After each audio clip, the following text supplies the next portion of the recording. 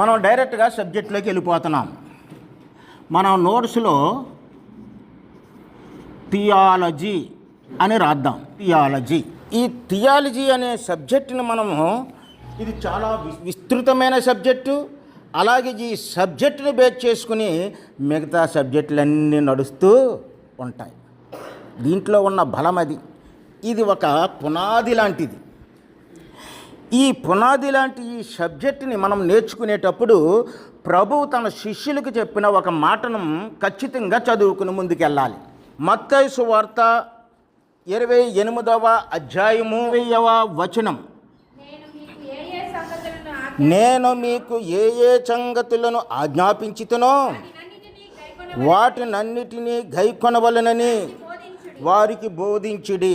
ఇక్కడ మనం చూస్తే, నేను ఏ ఏ సంగతులను మీకు ఆజ్ఞాపించుతునో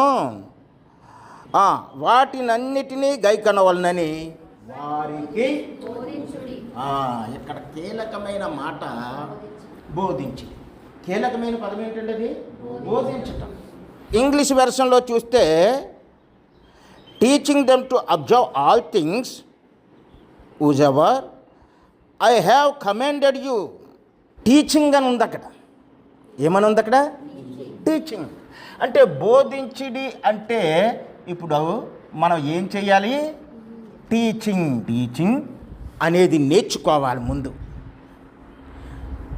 టీచింగ్ అనేది మనము నేర్చుకోవాలి. ప్రభువు ఇచ్చిన ఆ గొప్ప సూచన, ఆ డైరెక్షన్ ఏంటంటే, శిష్యులారా, మీరు లోకంలో ఉన్నవారు లాంటి వారు కాదు. మీ వలే మీలాంటి వారిని అనేక మందిని మీరు ఏం చేయాలి? తయారు చేయాలి. తయారు చేయాలంటే ఏం చేయాలి?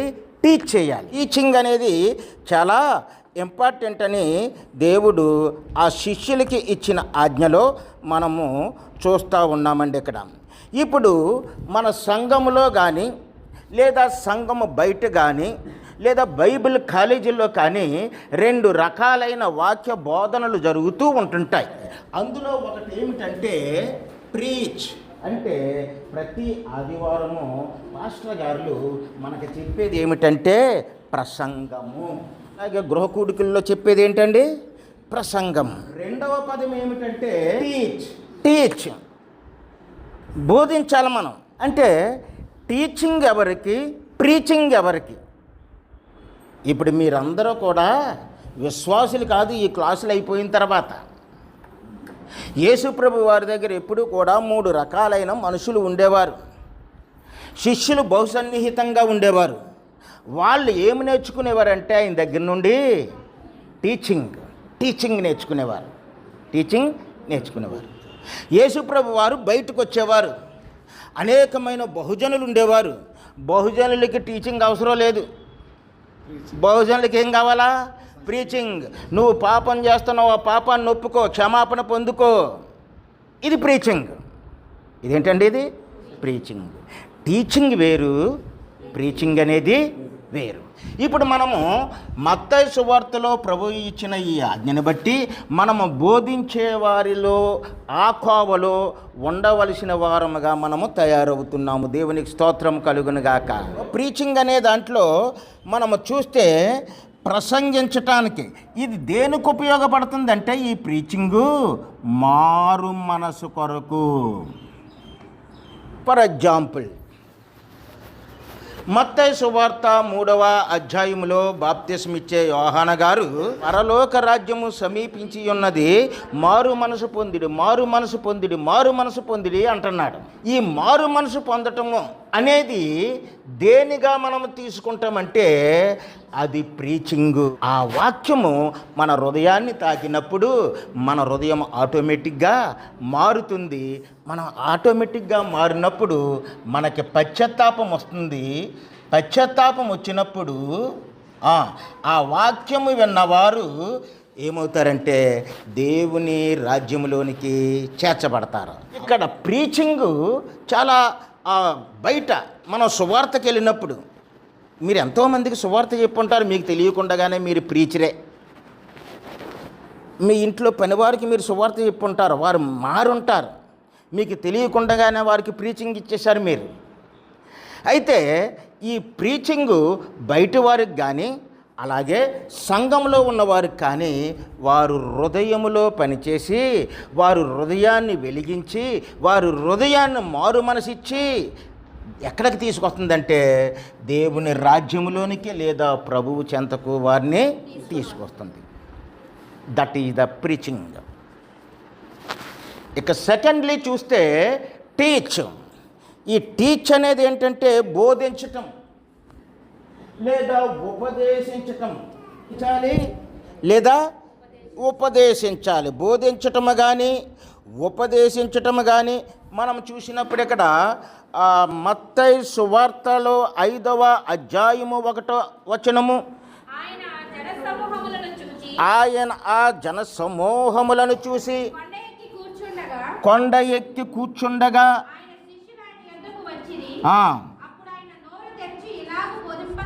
అక్కడ ఏమని ఉందండి? బోధ. బోధ బోధించ ప్రభువారు బోధించారండి. ఎవరికక్కడ ఎవరికి బోధించారు? శిష్యులకు బోధించారు. శిష్యులకు బోధించారు. అక్కడ ఇంకా అనేక మంది ఉన్నారు. అనేక మంది ఉన్నా ఆ శిష్యులకు ప్రత్యేకంగా అనేక చోట్ల శిష్యులకు డౌట్ వస్తే పరలోక రాజ్య మర్మాలు చెప్తున్నప్పుడు ఉపమానాలు చెప్తున్నప్పుడు డౌట్ వస్తే మరలా శిష్యులకు ప్రభువారు బోధించారు. బోధ వేరు, బోధించారు. ఇక్కడ మనం చూసినప్పుడు ఆ బోధించటం ఇంకా రెండవదిగా చూస్తే మత్తయి సువార్త 7వ అధ్యాయము 29వ వచనం చూడమ్మా. ఆయన శాస్త్రుల వలె కాక అధికారం. మనకి ఈ థియాలజీలో ఉన్న సబ్జెక్టులన్నీ నేర్చుకున్న తర్వాత మనం ఎలాగైపోతామంటే చెప్పేటప్పుడు మనకు ఒక కమాండ్ వచ్చేస్తుంది, అధికారం వచ్చేస్తుంది. ఆ వాక్యం అధికారం అంటే ఏంటి? వేరే అధికారంలా కాదు. ఆ వాక్యం మీద మనకు పట్టు వస్తుంది. ఆ వాక్యం మీద ఏమొస్తుంది అన్నమాట? పట్టు వస్తుంది. అధికారము గలవారి వలె ఆయన బోధించెను. కాబట్టి అటువంటి గొప్ప జ్ఞానము ఇక్కడ మనం చూస్తే టూకీగా చూస్తే ఈ ప్రీచ్ అనేది ఎవరికి? సంఘమునకు, అన్యులకు, అవిశ్వాసులకు. ఇలాగ ప్రీచ్ అనేది వారికి. మరి టీచ్ అనేది ఎవరికి? టీచ్ అనేది శిష్యులుగా అవబోతున్న మనకు. టీచ్ అనేది శిష్యులకు. శిష్యులు నేర్చుకోవాలి. పరిశుద్ధ గ్రంథ సారాంశాన్ని సంపూర్ణంగా గ్రహించాలి. ఆ గ్రహింపు కోసమే మనము థియాలజీలో ఉన్న ప్రతి సబ్జెక్టును కూడా మనము నేర్చుకోవాలి. థియాలజీ నేర్చుకునేటప్పుడు మనకి ఒక డివైన్ ట్రీ అనే దాన్ని మనము imagine just a divine theology tree. మనం ఒక ఊహను క్రియేట్ చేసుకోవాలి. మనం చాలా ఊహలను క్రియేట్ చేసుకుంటాం. అలాంటిదే ఈ ఊహ. ఇప్పుడు ఈ థియాలజీ అనేది వేద శాస్త్రము లేదా దైవ వేద శాస్త్రము అని అర్థం. మరి ఈ థియాలజీ నేర్చుకునేటప్పుడు నేను ఒక ట్రీని క్రియేట్ చేసుకోమన్నాను కదా. ఆ ట్రీని ఎందుకు క్రియేట్ చేసుకోవాలంటే మనకు కొన్ని విషయాలు లోతుగా అవగాహన చేసుకోవడానికి. ఇది ఒక ట్రీ. ఈ ట్రీకు 10 బ్రాంచులు ఉన్నాయి. That is the theological divine tree. మొట్టమొదట మీకు అర్థమవటం కోసం చెప్తున్నాను. ఈ స్టెమ్ని ఏమని పిలిచామంటే సిస్టమేటిక్ థియాలజీ అని పిలిచాం. Systematic theology. ఆ కాండానికి మనం ఊహించుకుంటున్నాం, ఓహో ఇది సిస్టమేటిక్ థియాలజీ. దీన్ని తెలుగులో మనము చూస్తే క్రమబద్ధమైన వేద శాస్త్రము. మనం ఒక ట్రీని క్రియేట్ చేసుకున్నాం. ఈ క్రమబద్ధమైన వేద శాస్త్రాన్ని మనము నేర్చుకుంటున్నాం. ఇప్పుడు నిన్న పాస్టర్ అయ్య గారు ఒక సబ్జెక్ట్ని ప్రజెంట్ చేశారు. ఆ సబ్జెక్ట్ ఏమిటంటే బిబ్లియాలజీ. ఆ సబ్జెక్ట్ ఏమిటి మరి మీకు తెలుసా? ఓల్డ్ టెస్టమెంట్ అనే మీకు తెలుసు. ఓల్డ్ టెస్టమెంటు, న్యూ టెస్టమెంటు ఎందులో ఉన్నాయి? బిబ్లియాలజీలో ఉన్నాయి. ఆయన చెప్పిన డేటా అంతా ఎందులో ఉంది? బిబ్లియాలజీలో ఉంది. ఆ చెరకెళ్ళిపోయే స్థితులు, ఆ తేదీలు అన్నీ ఎందులో ఉన్నాయి? బిబ్లియాలజీలో ఉన్నాయి. సో మనము బిబ్లియాలజీ మొదట ఈ కొమ్మ బిబ్లియాలజీ. మొదటి కొమ్మ ఏంటండి? అది బిబ్లియాలజీ. ఈ బిబ్లియాలజీ బైబిల్ని గూర్చిన అవగాహన కలిగిస్తుంది. బైబిల్లో ఏముంది? బైబిల్ ఎవరి ప్రేరేపణ చేత రాయబడింది? బైబిల్ ఏ కాలంలో రాయబడింది? బైబిల్లో వ్యక్తులు ఎవరు? వాళ్ళ యొక్క పాత్రలు ఏమిటి? బైబిల్లో దైవికమైన ఆ ఏర్పాటు, దైవిక శక్తి ఏమున్నాయి? ఇలాంటివన్నీ కూడా ఆది కాండం నుండి ప్రకటన గ్రంథం వరకు నీకు ఇన్ఫర్మేషన్ ఎక్కడ దొరుకుతుంది? ఇది ఒక సబ్జెక్ట్. ఇప్పుడు రెండవది ఏమిటంటే థియాలజీ. దీన్ని థియాలజీ ప్రాపర్ అంటారు. క్రమబద్ధమైన వేద శాస్త్రము, పెట్రాలజీ అని కూడా అంటారు. ఈ థియాలజీ ప్రాపర్లో దేవుడు ఎవరు, ఆయన ఉనికి ఏమిటి, దేవుడు ఎలా రివైల్ అయ్యాడు, ఆ ఉనికి, ఆయన కార్యములేంటి అనేది థియాలజీ ప్రాపర్లో ఉంటుంది. రెండవది క్రిస్టాలజీ.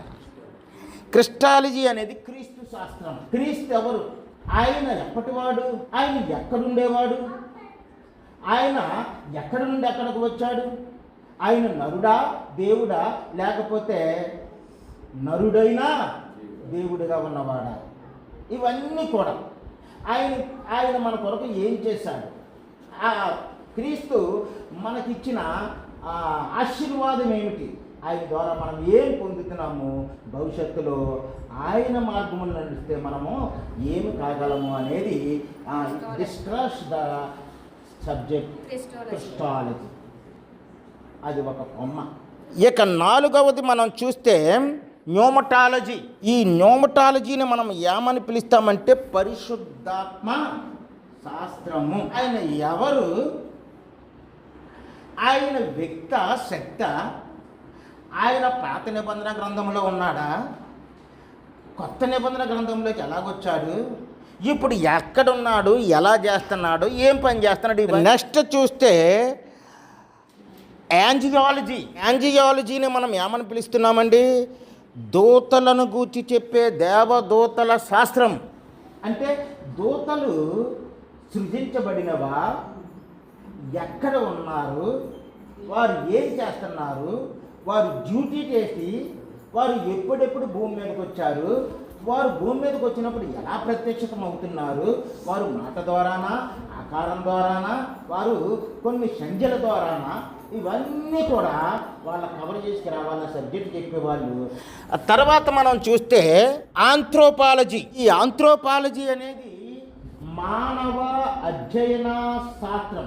ఈ మానవుని గురించిన ప్రతి విషయము కూడా ఈ శాస్త్రం మనకి తెలియచేస్తుంది.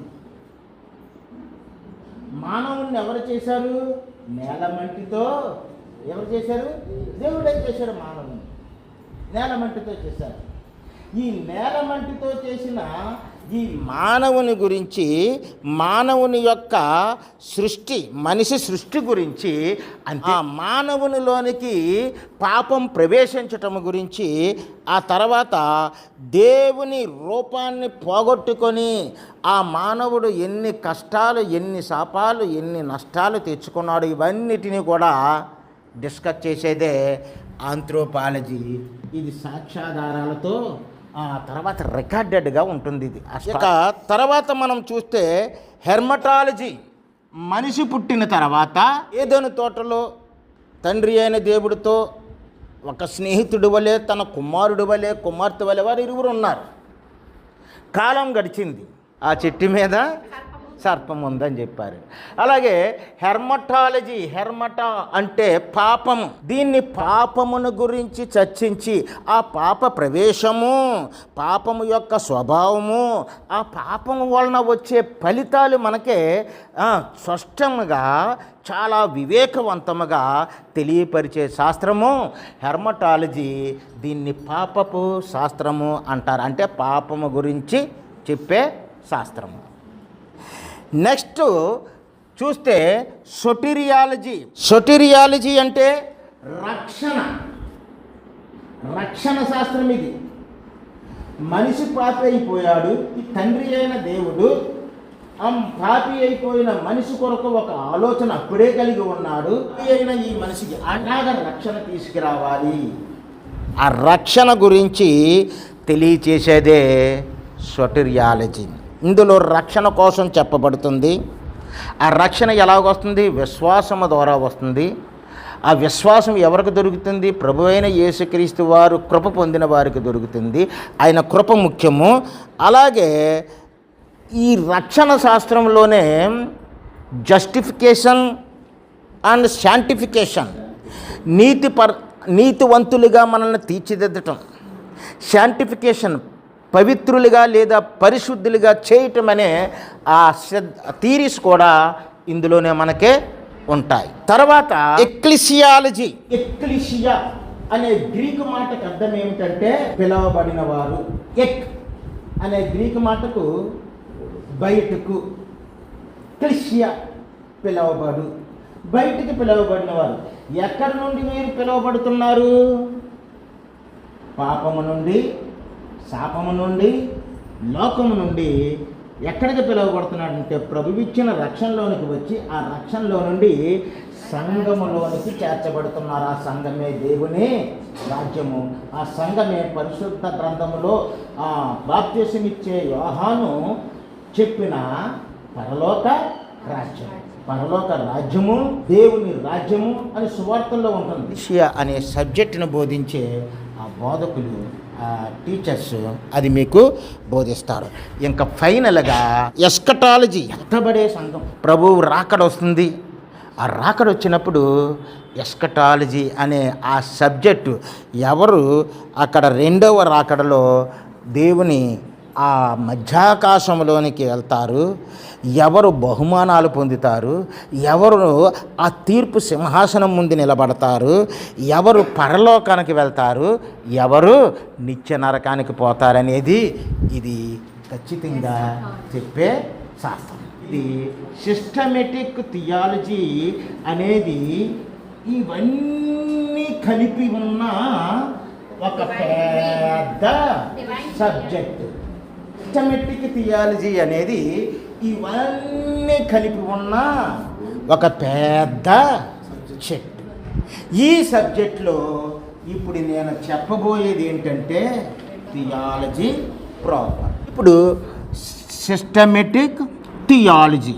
అసలు ఈ సిస్టమేటిక్ థియాలజీ అంటే ఏమిటి అని మిమ్మల్ని ఎవరైనా అడిగితే మీరేం చెప్తారంటే బైబిల్ మొత్తంలో ఉన్న విషయాలని చెప్పాలి. ఎలా ఉంటాయట? విషయాల వారీగా ఉంటాయి. ఆ క్రమబద్ధమైన అమరిక ఉంటుంది. తర్వాత ఈ సిస్టమేటిక్ థియాలజీ గురించి మనము వివరిస్తున్నప్పుడు ఆది కాండము నుండి ప్రకటన గ్రంథము వరకు ఉన్న ప్రతిదాన్ని కూడా క్రమంగా మనం నేర్చుకుంటాం. ఈ సిస్టమేటిక్ థియాలజీ ఎలాంటిది అని నేను చెబితే, మీరు ఒక పెద్ద ఇల్లు కట్టుకున్నారు. మీ ఇల్లు ఇదేంటంటే మా ఇల్లు గోళ్ళలా ఉందనుకోకండి. ఈ ఇల్లులో మీరు 10 గదులు నిర్మించుకున్నారండి. ఈ 10 గదులు ఒక్కొక్క శాస్త్రానికి కోడ్గా ఉన్నాయి. ఈ గదిలో ఏం దొరుకుతుంది మీకు? బిబ్లియాలజీ దొరుకుతుంది ఈ గదిలో. మీరు ఆ ఇంట్లోకి వచ్చి నేను బిబ్లియాలజీ కోసం తెలుసుకోవాలంటే సిస్టమేటిక్ థియాలజీ అనే ఇంట్లోకి నువ్వు కంపల్సరీ ఎంటర్ అవ్వాలి. వెళ్ళాలి, అందులోకి వెళ్ళి బిబ్లియాలజీని తెలుసుకోవాలి. నిన్న తెలుసుకున్నారు మీరు. నేను బిబ్లియాలజీని తెలిసేసుకున్నాను. ఇంకోటి ఏటోటి ఎస్కటాలజీని తెలుసుకోవాలంటే నువ్వు ఈ గదులన్నీ దాటి నువ్వు ఇక్కడికే అంటే మీకు అర్థం అవటం కోసం చెప్పినమాట. అంటే టోటల్గా చూస్తే ఈ 10 గదులు కలిగిన ఇల్లు సిస్టమేటిక్ థియాలజీ. మీకు అర్థమవటం కోసం సిస్టమేటిక్ థియాలజీలు ఇన్ని సబ్జెక్టులు ఉన్నాయమ్మా. ఇన్ని సబ్జెక్టుల్లో ఇవన్నీ మీరు నేర్చుకుంటే కానీ మీకు పరిపూర్ణమైన బైబిల్ జ్ఞానం రాదు అని చెప్పడానికి ఆ ట్రీని గీశాను, ఈ ఇల్లుని గీశాను. దీని ద్వారా మీకు చాలా బాగా అర్థమైందని నేను అనుకుంటున్నాను.